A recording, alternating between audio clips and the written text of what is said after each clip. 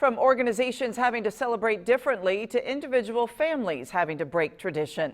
News 10's Bree Shackelford spoke with a local resident about how she's still prepping food for her entire family, even if she doesn't get to sit down with them. The pandemic has stopped a lot of things this year, but it hasn't stopped people from celebrating Thanksgiving. This year, some people are celebrating this holiday by being in smaller groups, having virtual dinners, or even doing a drive-up Thanksgiving. Meet Elaine Klein. She tells me every year her family packs into her apartment to celebrate Thanksgiving. But this year, because of the pandemic, they're doing something a little different. They're going to have a drive-up Thanksgiving. They're going to drive up and I'll take their plates out, and that way I'm out in the open air with my mask and can hand it into them in the car, talk a few minutes, and we can still spend time and visit with each other. She says the idea came to her during the pandemic.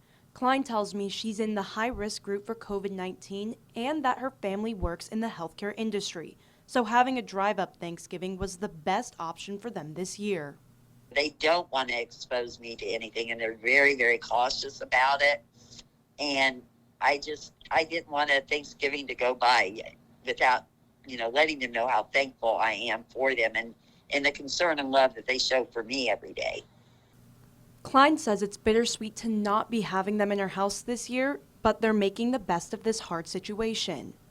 It's what you make of it. You make it what it is. You make it a bad holiday. You make it a good holiday. You take what you have and you make the best of it. She tells me she's very thankful to be able to still cook for her family this year. She says even though they won't be physically close, she's still very lucky to be able to see them. I'm News 10's Bree Shackelford. Back to you, Patrice.